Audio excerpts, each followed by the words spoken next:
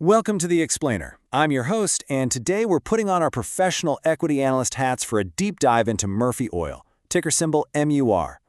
We're using a framework I love to call the analyst's pitch. Our mission today? Conduct a rigorous 360-degree stock valuation of this exploration and production giant.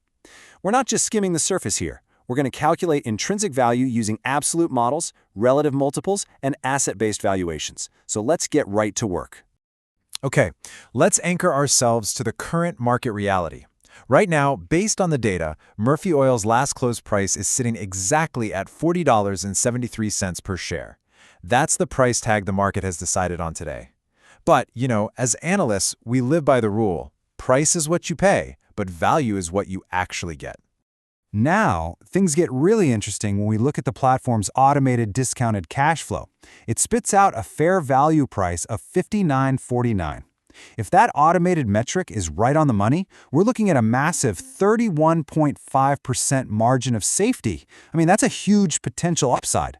But automated models can sometimes miss let's call it the nuance of a highly cyclical business.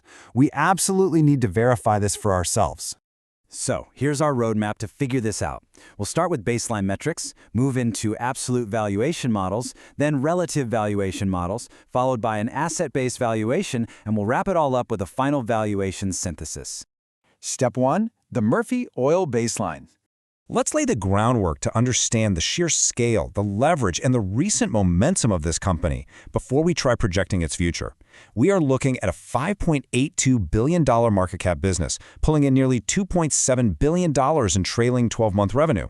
What instantly jumps out is that balance sheet, a debt-to-equity ratio of just 0.27.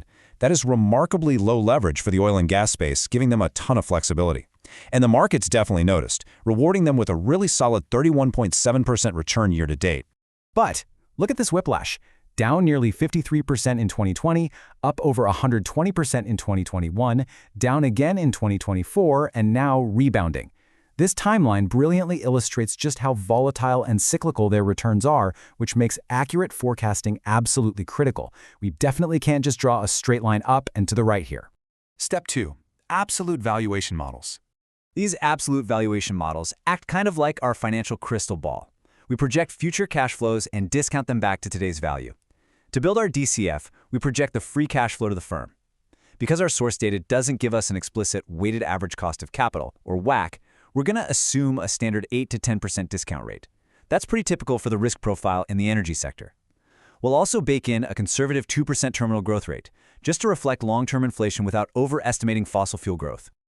So here is the crucial point. There's a stark divergence. Valuing the company purely on its trailing free cash flow literally screams buy at almost $60 a share. But if we value it based on earnings per share, it signals a fair value of just $37.54, which would actually mean it's slightly overvalued right now. Why the huge gap? Well, while trailing free cash flow is looking strong, their trailing 12-month net income actually just plummeted by 74%. Let's try looking at a dividend discount model. We see an attractive 3.44% yield and a really nice streak of 4 consecutive yearly increases. Sounds great, right? But wait, look at that third point. An alarming 184.9% payout ratio. They are literally paying out way more in dividends than their recent net income can support. That severely questions the long-term sustainability of those payouts, making the dividend discount model highly unreliable for finding our intrinsic value today. And honestly, if we try to apply a residual income model, starting with book value and adding the present value of future earnings minus an equity charge, we just hit a brick wall. That recent 74% plunge in trailing net income makes any forward-looking equity charge wildly unpredictable. The baseline is just way too fragile right now for this specific model to give us a confident per share value. Step 3. Relative valuation models. Think of this as the house hunting approach. How does Murphy Oil compare to the other houses on the block? Since our data dump is purely focused on Murphy, a good analyst has to assume some standard industry peers. Let's map out these multiples against assumed mid-cap E&P peers, like Marathon Oil, Hess, or APA Corp. When you look at the broader landscape, Murphy's multiples tell a super compelling story of two very different timelines. Notice their enterprise value to EBITDA ratio is sitting at just 4.84.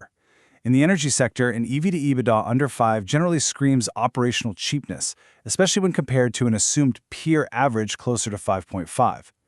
When you factor in their incredibly low debt, This metric strongly suggests their core operations are undervalued relative to the broader market. But check out this massive cliff. The trailing price-to-earnings ratio is an astronomical 56.57, which makes sense. It's a reflection of that recent 74% earnings drop we just talked about. But the forward PE, it plummets down to a very reasonable 12.52.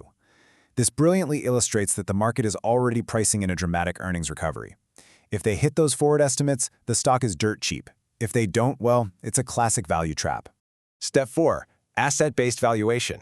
This is effectively running a hypothetical liquidation sale. If we sold off everything today and paid off their minimal debt, what's actually left for the shareholders? The data gives us a price-to-book ratio of 1.14. So by taking the current share price of $40.73 and dividing it by 1.14, we can deduce an implied book value or net asset value of roughly $35.72 per share. This acts as our fundamental floor. Even in a worst-case scenario, the hard assets back up a price right in the mid-30s.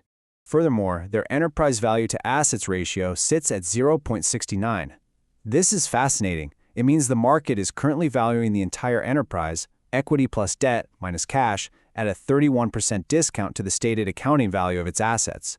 From an asset reproduction standpoint, Murphy Oil looks incredibly cheap.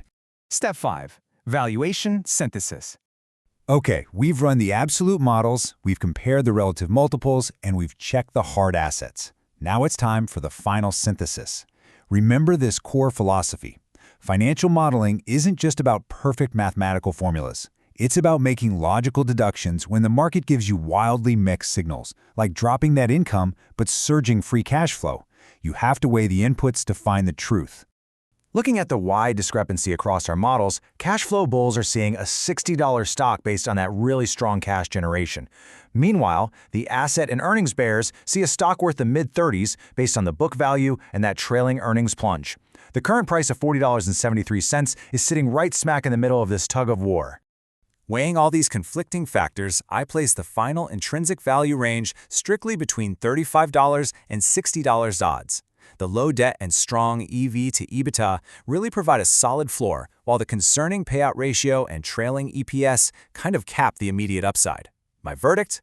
Murphy Oil is fairly valued right now at $40, but it holds speculative upside only if the earnings recover exactly as that forward PE of 12.52 suggests they will. Based on the models we've built today, that 31% margin of safety touted by the cash flow models might be slightly illusory, at least until earnings completely stabilize. So I'll leave you with this final thought to ponder for your own portfolio. When evaluating a cyclical beast like this, do you trust the trailing cash or do you trust the trailing earnings? Thanks for joining me on this explainer, and keep analyzing.